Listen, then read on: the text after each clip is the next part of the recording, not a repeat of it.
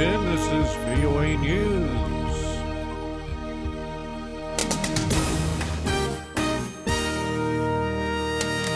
U.S. Secretary of State Kerry pushes Iraq for a more inclusive government. Egyptian court sentenced Al-Jazeera journalists to prison. I'm Ray Kouguell reporting from Washington.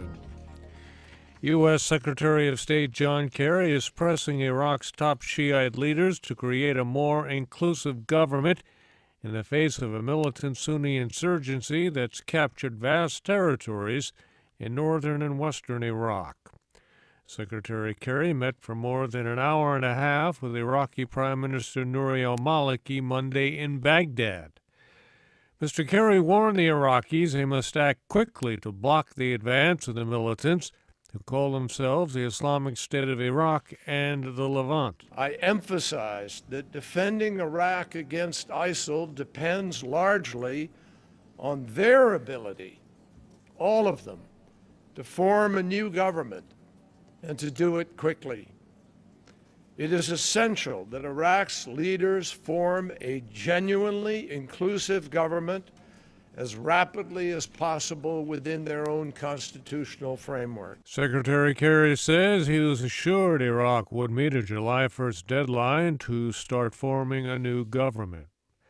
The International Chemical Weapons Watchdog, charged with ridding Syria of its stockpile, says it received the last of the country's toxic chemicals identified for removal.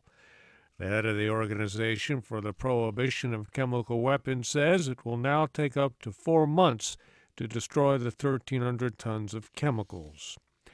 An Egyptian court sentenced 3 Al Jazeera television journalists accused of supporting the Muslim Brotherhood to prison terms of 7 to 10 years.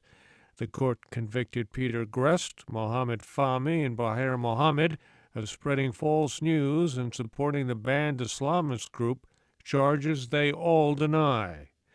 Edward Uranian reports. The judge spoke slowly and deliberately as he pronounced his sentences in the heavily publicized trials of the Al Jazeera journalists. He put a particular emphasis on the 7-year sentence he was giving to Australian Peter Grest. Australian Foreign Minister Julie Bishop says her country respects the independence of Egypt's judiciary, but she reacted with shock to the verdict. We are deeply dismayed by the fact that a sentence has been imposed, and we are appalled by the severity of it. Some Egyptian journalists call the sentences excessive and say they could be thrown out by an appeals court.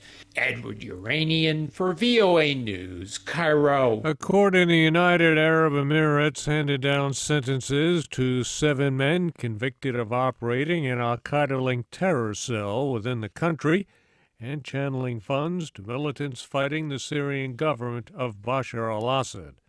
Philip Walter Wellman has more from Dubai. According to prosecutors, the group tried to recruit UAE citizens to the al-Nusra Front militant group in the hope they would provide additional financial backing for its cause.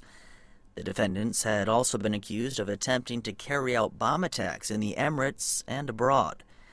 A Palestinian tried in absentia was given a life sentence for organizing the cell, while 6 other men, all of Arab origin, were given 7-year prison terms.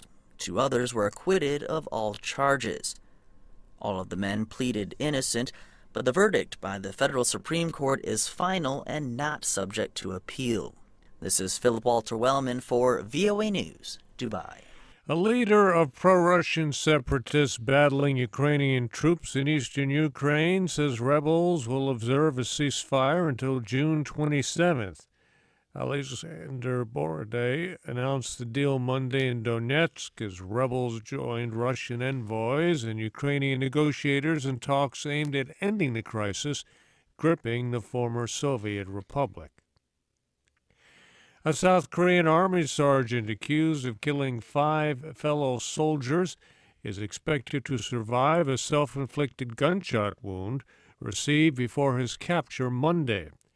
The 22-year-old, identified only by the last name of Lim, hid in a forest after a rifle and grenade attack Saturday. They killed 5 soldiers and wounded 7 at an outpost near the demilitarized zone bordering North Korea. At football's World Cup Monday, host Brazil, Mexico, the Netherlands, and Chile all advanced to the second round. Brazil defeated winless Cameroon 4-1. Mexico is a 3-1 winner over Croatia. The Netherlands picked up goals from 2 substitute players to defeat Chile 2-0. Both are advancing to the second round. In the next round, Brazil will face Chile and the Netherlands will play Mexico. Defending champion Spain finished up with a 3-0 victory over Australia, both going home. I'm Ray Kouguell in Washington. That's the latest world news from VOA.